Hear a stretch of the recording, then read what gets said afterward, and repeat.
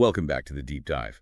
Today, we are undertaking an exceptionally fascinating and, very targeted expedition into one of the largest and most critical welfare housing organizations out there. We're talking about the Army Welfare Housing Organization, or AWHO, which operates all across India. And this is a big one. Frankly, it's a deeply complex topic. It really is. This deep dive is hyper-specific.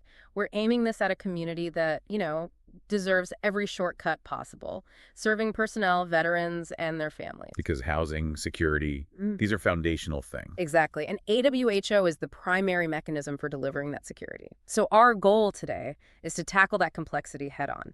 We want to give you, the learner, a crystal clear understanding of their entire operational framework. And not just the framework, right? We're talking about the definitive eligibility rules and exactly what housing opportunities are available right now as of November 2025. That's the mission. Our source material for this is pretty exceptional. It's a blend of the organizational and the technological. We've analyzed detailed operational briefings, very precise project statuses. Right, complete with unit sizes and cost breakdowns. And perhaps most intriguingly, we have a deep look inside this innovative tool they've developed called AWHO GPT. You have to think of it this way. AWHO manages schemes that span dozens of cities. You've got plotted developments in Mysore, high-rise apartments in Pune, all operating under very specific military priority rules. Trying to navigate that with just a stack of PDFs would be a nightmare. A total nightmare. So our mission is to synthesize all that data so you can approach AWHO effectively, whether you're ready to register for a plot today or, just starting to plan your retirement 10 years from now. It's a shortcut not just to real estate info, but to understanding a vital piece of the nation's welfare strategy. Let's get started. Okay, let's begin with that technological lifeline AWHO has developed, the AWHO GPT tool. When we talk about an AI helpline, it's easy to just, dismiss it as another standard customer service bot. But this is positioned as something much more. A sophisticated 247 personal helper built specifically to synthesize AWHO's massive documentation into actionable, personalized answers. Well, what makes this GPT so fascinating is its constrained knowledge base. It is only trained on AWHO documents. So only their own stuff. Only their own policies, their brochures, their circulars, and that focus allows it to be incredibly accurate within its domain. It eliminates the need for a user to search through hundreds of pages of rules themselves. I see. So it's designed to cut through the information overload. Exactly, which is a major barrier for eligible personnel who are often, geographically remote or even deployed. Okay, let's unpack its core capabilities then. We've identified 5 key areas where this tool provides, almost expert-level assistance. The first one is the most basic, but also the most necessary, project information. And it goes far beyond just listing projects. Right. It can handle queries about every stage of development. You can ask for details on ongoing schemes, completed schemes, upcoming schemes. You can filter by location. So you could say something like, tell me about projects near Jaipur. Exactly. But where it gets really useful is in defining the unit types. Right, because AWHO uses its own internal language. You see 2 BHK or 3 DHK, that's bedroom, hall, kitchen. But you also see acronyms like SAU, MIG, and HIG. And the GPT can clarify all of that. MIG stands for Middle Income Group. HIG is High Income Group. And these designations, they relate to the applicant's rank. Precisely. They often correspond to unit size and, crucially, to the applicant's eligibility based on their rank and income. SAU sometimes refers to a small apartment unit. So if you ask the GPT, what is the square footage for a typical HIG unit in Pune, it can pull that directly from the project brochure. And I assume it also handles the financials and the timelines. Oh, absolutely. Payment plans, exact costs, or, and this is a crucial distinction, the indicative costs and timelines. If there's a major project like the Greater Noida one, which has been built in phases, which is huge. It's massive. A user can just ask, what is the latest published status and expected possession date for Phase 3 of the Greater Noida scheme? The GPT gives you the specific published update. It saves a call to the regional office. Okay, that's a big deal. The second area, which is vital for any applicant, is eligibility and allotment guidance. This is where the rules can get really nuanced. The tool is absolutely essential here because military service creates this complex hierarchy of eligibility. For instance, it clearly guides you on the rules for serving personnel versus veterans. And the difference between Priority 1 and Priority 2 status. A crucial distinction.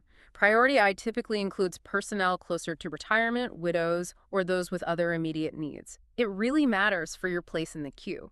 And we should probably define some of that military jargon. If a veteran's family member is helping with the application, they need to know what we mean by JCO or OR. That's a great point. The GPT clarifies eligibility for all ranks. JCO stands for Junior Commissioned Officer. So these are personnel promoted from enlisted ranks. Yes, into supervisory roles. Ranks like Subedar or Naib Subedar. And OR stands for other ranks, which covers the enlisted personnel sepoys, havildars, Nikes. The application rules, the pricing, even the unit categories like MiG versus HI are often tailored to these rank structures. And the tool also handles the specific welfare categories, like widows and next of kin. Precisely. It can clarify rules for widows or next of kin or NOK, who are the legal successors, often parents, children, or a spouse. So, for example, a widow wondering about her allotment priority. She can ask, and the GPT will provide the authoritative answer based on AWHO's established policies, ensuring the benefits reach those most deserving first. Okay, moving to the third capability, process support. Dealing with applications for any kind of government-affiliated housing means, well, it means bureaucracy. Forms, attested documents, all of that. And the GPT acts like a procedural checklist expert. It gives you step-by-step guidance, not just what the process is, but how to execute it. Can you give me an example? Sure. An applicant could ask for a checklist of required documents for a retired JCO applying for a plot in Mysore. The tool will detail the specific forms, the required attestation from a commanding officer or CO for serving personnel, Right. the payment procedure, and even how to formally update a detail like a change in rank after you've already submitted your application. That significantly reduces the risk of getting rejected because of incomplete paperwork. A huge time saver. Okay, the fourth capability tackles the financial and legal fine print, policy clarification. This is often the most intimidating part for people. And this is where it gets really interesting. AWHO operates on a very specific contractual framework.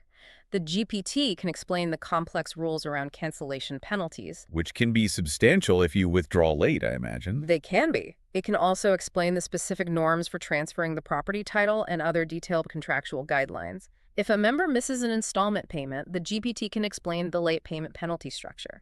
It basically turns dense legal text into simple answers. And then there's support for when things go wrong. The fifth area is grievance assistance. A great feature. It helps users streamline complaint resolution. If you have an issue with, say, construction quality or a delay in possession, the GPT guides you on how to raise that complaint. It tells you who to talk to. Exactly. It identifies the correct points of contact within AWHO, which directorate or regional office handles that specific issue, and it outlines the escalation channels if your initial complaint isn't resolved. And this is particularly clever. It assists with document creation. Yes, it can generate standardized document formats or even templates for grievance letters. If you haven't received your allotment letter, the GPT can structure a formal letter for you, ensuring you include all the necessary identifiers, your registration number, rank, scheme name, to speed up the resolution. It just removed so much of the friction from the process. It's designed to reduce that common frustration of bureaucratic back and forth. So to get the most out of it, you need to treat it like a personalized consultation. Absolutely. Our sources emphasize a few critical usage tips. First, don't be vague. Mention your exact rank, the specific city you're interested in, and the project name. Be specific. Be very specific, and share your full scenario. For instance, I was discharged due to medical invalidation. What is my priority status for the Wagholi project? Ask for step-by-step instructions. And critically, ask for comparisons. Like what? Compare the total indicative cost and possession timeline of the Prayagraj plots versus the Mysore plots.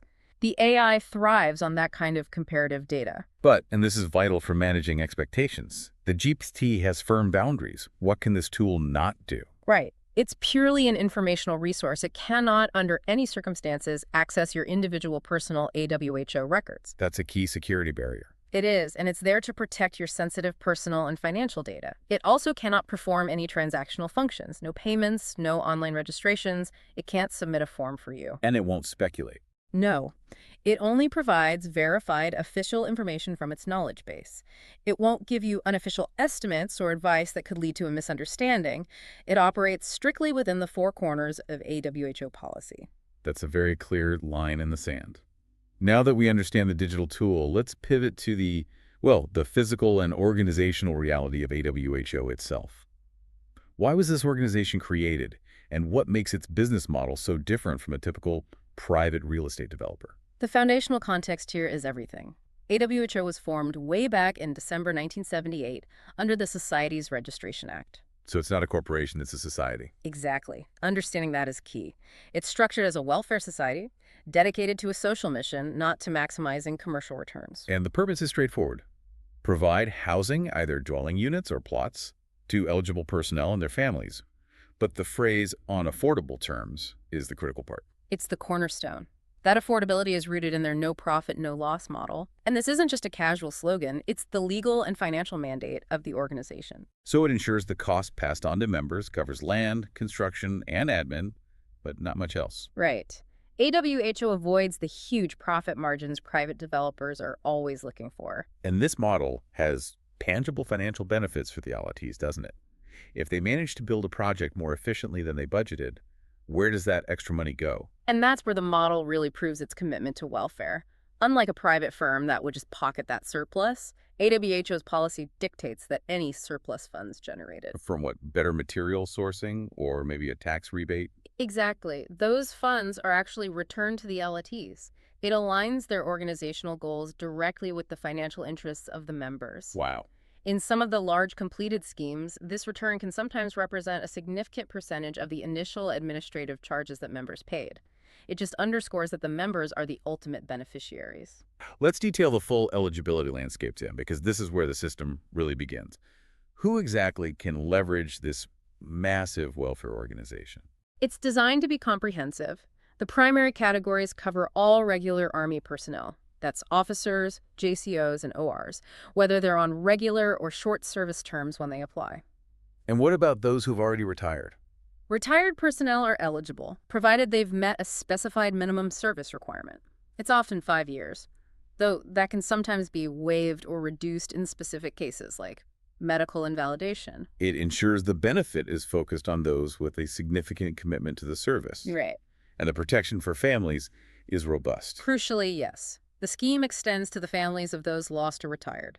Widows of serving or retired personnel who are receiving a family pension are fully eligible. What about other dependents? Specific categories are included, like the parents of unmarried battle casualties. It really confirms the depth of the organization's commitment to welfare in the face of sacrifice. We also saw some ancillary categories listed. We did. It extends the welfare reach even further. We see eligibility for personnel from the Army Postal Service and members of the Territorial Army. The key takeaway is that AWHO aims to be a really inclusive umbrella solution for the entire Army fraternity. Okay, understanding how a project goes from just an idea to a key-in-hand reality is essential because it reveals why these schemes can take so long. Let's walk through the structured project lifecycle, the 6 typical steps AWHO follows. This cycle is critical for transparency. Step 1 is the demand or inclination survey. So they don't just decide to build 1,000 flats in a random city. No, AWHO is demand-driven. They gauge interest. Is there enough eligible demand in, say, Chennai or Bhopal to make land acquisition and construction financially viable under their model? That initial survey really dictates the entire launch. So step 2 is registration and application. If the demand is sufficient, the scheme moves to formal registration. Personnel submit the forms, the fees, the documentation. And for serving personnel, there's a crucial internal step, getting an attestation from their commanding officer, or SEO. What's that for? That attestation just confirms the individual's service status and eligibility at the time of application. It maintains the integrity of the whole process. Once they have that commitment, step 3 is the physical start, land acquisition and construction. Land is the biggest variable and often the largest cost. AWHO acquires the land and then engages contractors. And given the scale, sometimes hundreds and hundreds of units, these big projects are frequently done in phases. To manage cash flow and resources, I'd imagine. Exactly. Construction flow, funding, resource allocation. Step 4 is the one everyone waits for, allotment. Allotment is determined strictly based on defined rules, eligibility and priority status. Priority I personnel are allotted before Priority 2, and if a project is highly oversubscribed. Meaning more applications than units? Right. AWHO uses a transparent, fair mechanism, typically a computer-generated draw of lots, to assign the units. Following that, step 5 is the financial commitment, payment and possession. This involves a scheduled installment plan, often linked directly to construction progress. For example, 10% on registration, 20% when the plinth is done, 20% on roofing, and so on. Milestone-based payments. Exactly. Once construction is complete and the final payments are made, the unit is handed over and the legal registration is completed. And finally, step 6 is moving from a construction site to a functioning community, post-possession management. A crucial component for long-term welfare. After the handover, the allottees form a registered body, usually called a welfare maintenance society. And they take over running the place. They do. This society takes over management of common amenities, the parks, the community hall, the water supply, and members have to adhere to the society's bylaws, which are strict about maintaining the complex. They often explicitly prohibit unauthorized structural alterations to maintain the building's safety and, its look. The intent behind the no-profit model is clearly noble, but operating a massive housing portfolio across 41 cities must face some immense headwinds. What are the challenges AWHO is constantly battling? The primary reality is that AWHO, despite its welfare mandate, operates within the very chaotic Indian real estate market. So they're not immune to market forces. Not at all. Therefore, two persistent issues are delays in construction and delays in allotment. This is a common industry problem, but for AWHO, the consequences are higher as it affects the retirement plans of thousands of people. And why do these delays happen specifically for AWHO? Is it just the scale? The sheer geographic spread is a big part of it, and contractor risk. Managing dozens of projects simultaneously in diverse locations means AWHO has less direct control over daily site progress compared to a localized developer. Delays can come from external factors, too. Material shortages, municipal approval backlogs, you name it. And the financial model must be constantly weathering inflation. That is the perpetual challenge. Rising construction costs, steel, cement, labor, they directly impact the budget. Since AWHO can't just raise prices to generate profit, they have to try to absorb those costs or, if necessary, pass on unavoidable increases to members. That must be a difficult conversation to have. It is. It's a tightrope walk. They try to mitigate this by leveraging their size for bulk purchasing, but they also have to constantly grapple with land availability. Securing large, clear tracts of land in metro areas where people often want to retire is intensely competitive. Driving up the initial cost. It immediately pushes the base cost of the dwelling unit higher. So AWHO has to be strategic and often look slightly outside the core city centers to maintain that affordability. Let's transition now from the framework to the immediate actionable opportunities. Before we focus on what's open right now, let's just take a moment to grasp the sheer scope of what AWHO has already accomplished. It's a staggering welfare success story, really. As of the end of the last fiscal year, March 31st, 2025, AWHO had successfully completed 79 housing projects. Yes, 79. And these are spread across 41 different cities across the nation. This has resulted in housing for over 34,000 Army families. 34,000. That's a massive demographic shift enabled by this one organization. It's incredible. Okay, now for the learner interested in applying today, the November 2025 handout lists 3 key projects open for Priority 1 and Priority 2 registration. Let's start with the plotted development in Uttar Pradesh, Prayagraj. In Kalanipuram, yes. This is a significant opportunity for those who prefer building their own home.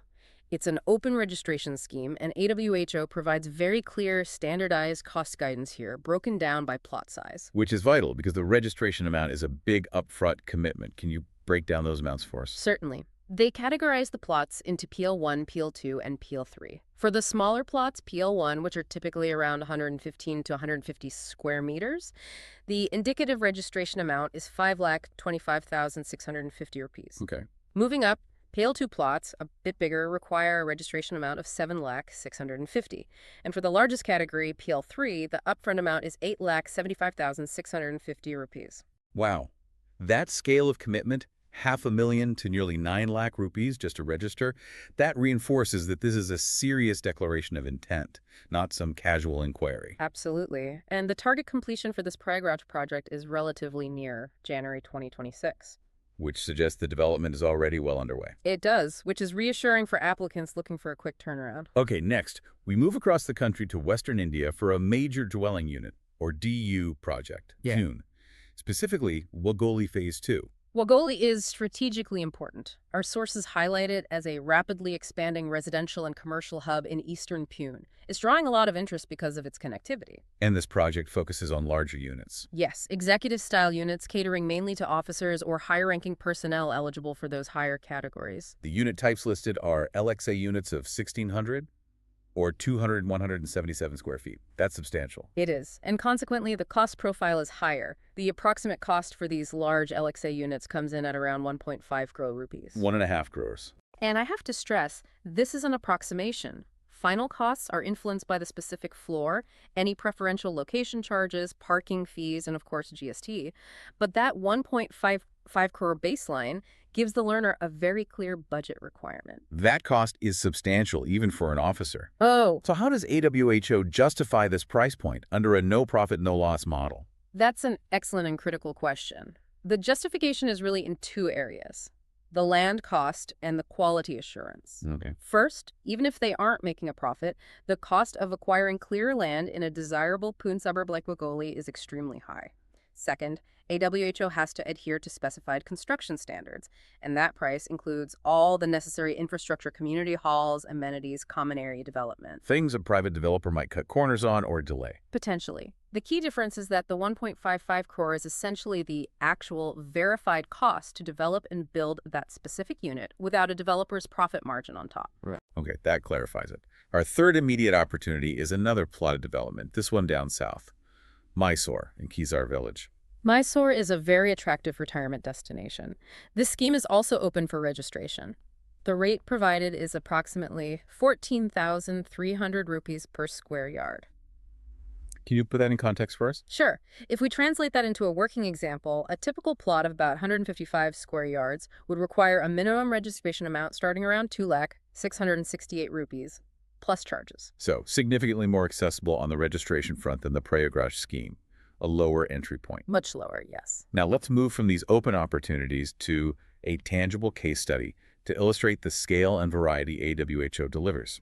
The completed project in Wagholi, Sector 114, is a perfect example. Wagholi is a textbook case of AWHO successfully executing a mega project. This was a complex endeavor constructing over 1,000 dwelling units, 1048 to be exact, on a massive 22-acre plot of land. And the key word is completed. It is. The project is done, and over 700 LTs have already taken possession.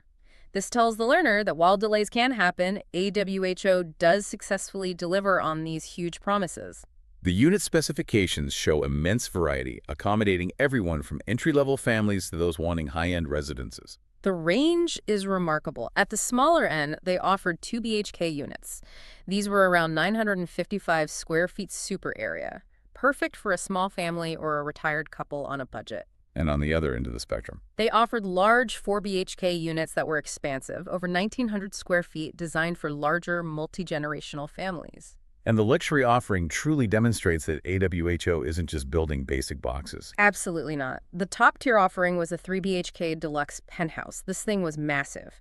Over 2,000 square feet of super area, plus an additional enormous 555 square foot private terrace. Wow. This just confirms that AWHO caters to the full spectrum of housing needs within the community, providing high-quality aspirational housing alongside the more standard units. And the amenities speak to the community welfare focus, not just the housing structure itself. That's critical. When we talk about welfare, it extends beyond 4 walls. The Wagholi project included central amenities like a swimming pool, a fully equipped community hall, and a squash court. So it's about building a lifestyle, not just apartments. Exactly. This intentional inclusion of sports and fitness facilities signals that the focus is on a comprehensive, integrated community lifestyle, providing resources that support physical and social well-being for the residents. We've covered what's available now. Let's talk strategy, focusing on what's coming next. We see a significant list of projects in the survey pipeline. Why are so many projects listed as being in the survey stage, and why is this stage so critical for an interested learner? Understanding these demand or inclination surveys is key to engaging with AWHO before the crowd rushes in. When AWHO lists a project as being in the survey stage, they're basically conducting a feasibility assessment. You're testing the waters. That's a perfect way to put it. They require a critical mass of registered interest among eligible personnel to justify the huge upfront investment for land acquisition, which, as we discussed, is the most volatile cost. So it's not yet a formal financial application, but it's an opportunity to register your voice and influence AWHO's strategy. Precisely. It's an expression of intent. If a location gets unexpectedly high inclination registration, it jumps up the priority list for becoming a fully sanctioned formal scheme. So for the learner, participating in this survey is a powerful, low-commitment way to vote for a project launch in your preferred location. If you want a scheme in your hometown, this is the time to make that known. As of November 2025, the handout lists a wide geographical spread of survey hotspots. Let's run through those cities. Starting in the north, we have Jammu City and Srinagar in Jammu and Kashmir. Both are open for demand surveys. And establishing projects in these sensitive, high-altitude regions presents unique challenges for AWHO, so the demand survey is particularly vital there. Moving south and west. In Rajasthan, we see Neemrana and Alwar open for a demand survey for plots. This is a region of growing industrial importance. The NCR region also remains highly active, with Ghaziabad running an inclination survey. And we noted the deadline for that was listed around November 30, 2025. Which just emphasizes how important it is to check that official monthly handout. These deadlines are fluid and require immediate action. We also have central and southern locations, so AWHO is maintaining its national footprint. Correct. Bhopal in Madhya Pradesh is running an inclination survey. We also have surveys in two cities in the hill states, Kotpur and Haldwani City.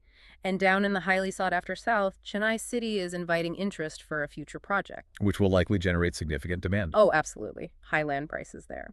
And finally, we have Secunderabad open for a demand survey under a specialized scheme. That's an incredibly wide geographical spread. What are the practical, strategic implications of participating in these surveys for the learner? The strategic value is preemptive alignment.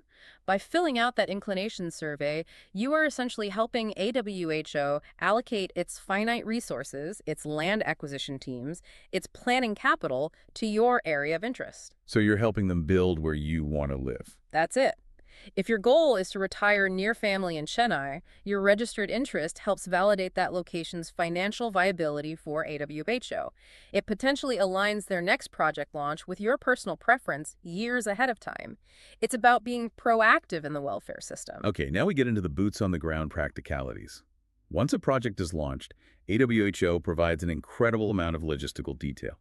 Let's use the specific route map data for the Gurgaon project in Sector 95 to illustrate this. This route map data is a classic example of the transparency needed. The site in Gurgaon, Sector 95, is detailed as being located about 3 kilometers off Patowdi Road. Which sounds close, but you need to know the entire approach. Yes. The primary route is accessible via the main Delhi-Jaipur National Highway, NH8.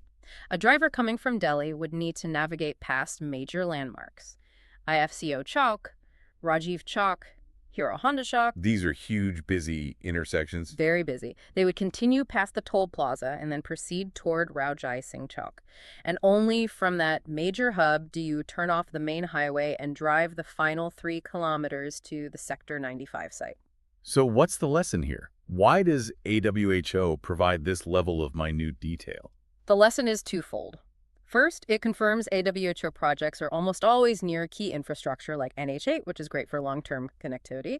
But second, it proves that these locations, while strategically viable, are not straightforward urban addresses. You can just plug it into a map and go. You need detailed navigational knowledge. It confirms that applicants must visit the site or thoroughly study the location before committing huge amounts of money. If you're serving abroad, you need absolute clarity on where you are buying property. Which leads us perfectly into the essential key checks before applying. Before our listener moves forward with any registration, what are the absolutely critical steps to reinforce? This is the checklist that prevents future regret. First and foremost, you must verify the registration status. Is it an open project or just a survey? Exactly. Is it open for full registration with financial commitments, or is it merely at the demand survey stage? Misunderstanding this difference can cost you significant time and money.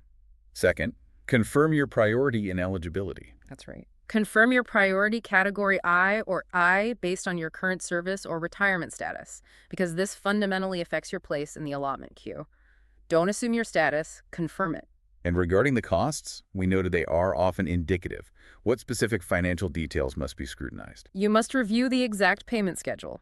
Look beyond the total indicative cost. Check the breakdown of ancillary charges, parking fees, development charges, things like that. And be prepared for potential revisions. You have to be. Since AWHO is nonprofit, they can't absorb rising costs indefinitely, so be prepared for potential justified revisions to the final cost. Budget for the maximum potential amount, not just the minimum. And finally, legal and regulatory compliance, especially RERA. This is non-negotiable in modern Indian real estate. You have to check state-specific compliance, especially with RERA, Which stands for the Real Estate Regulation and Development Act. a major consumer protection law. Checking RERA compliance ensures the project is registered, construction deadlines are legally monitored, and there's a formal path for grievance redressal. You must also review state regulations on property transfer and resale rules, as these can vary significantly. Okay, our deep dive was built upon synthesizing a comprehensive document pack. For the learner who wants to follow up, let's list the core resources that contain all this factual information. Accessing these 4 documents gives you full operational transparency. First, for overall policy, rules, and eligibility, you need the definitive AWHO master brochure. The Bible of the organization. Pretty much. Second, for current status and deadlines, the most vital, living document is the months of handout November 2025. This is the one you have to check every month. It's what you must check. It lists all currently open projects, all current survey fees, and specific deadlines, like the one we noted for Ghaziabad. If you want to know what opportunities are live today, this is your resource. And third and fourth, the project-specific details. Yes. If you're applying for a plotted development, look for that scheme's unique technical brochure, like the Mysore Kezar Village one. It details plot sizes, payment schedules, site layouts, and similarly, for dwelling unit schemes like Pune Wagholi, you would seek out the PWG project technical brochure. So those give you the nitty-gritty details. The engineering, legal, and financial specifications for that exact scheme. Accessing these 4 documents alongside the AWHO GPT tool for quick clarifications means you are fully equipped to navigate this system with confidence. This has been a deep dive into a system that is complex by necessity, serving a massive community with honor, but is fundamentally driven by welfare. Let's quickly recap the key insights we've distilled today. We cover the immense utility of the AWHO GPT tool. It acts as a phenomenal 24/7 navigational resource, clarifying jargon like JCO, R, MIG, and HIG, and helping with grievance procedures. We also solidified AWHO's foundational identity as a no-profit, no-loss organization, which is key to understanding its affordable pricing and commitment to returning surplus funds. And we successfully identified the immediate actionable opportunities as of November 2025. Plotted developments open in Prayagraj and Mysore, and those large dwelling units available in Pune's Wagholi Phase 2.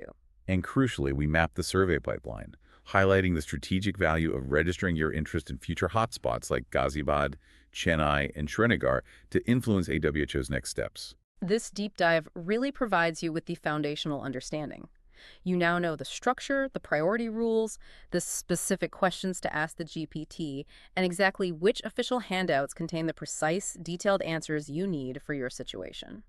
As we wrap up, let's return to that staggering scale.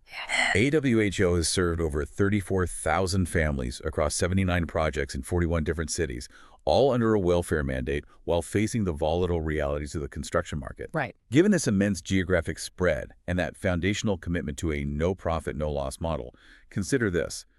What is the single biggest logistical and financial challenge AWHO faces in maintaining both the standardization of quality and the consistency of construction timelines across such a vast, diverse, and often geographically remote portfolio? The risk is enormous, and managing builder quality across state lines while ensuring the budget remains affordable for diverse rank structure is a perpetual monumental task. It's really the highest expression of logistical dedication we see in the welfare space. Indeed. We hope you feel thoroughly informed and ready to navigate these opportunities with confidence. Thank you for joining us for this deep dive.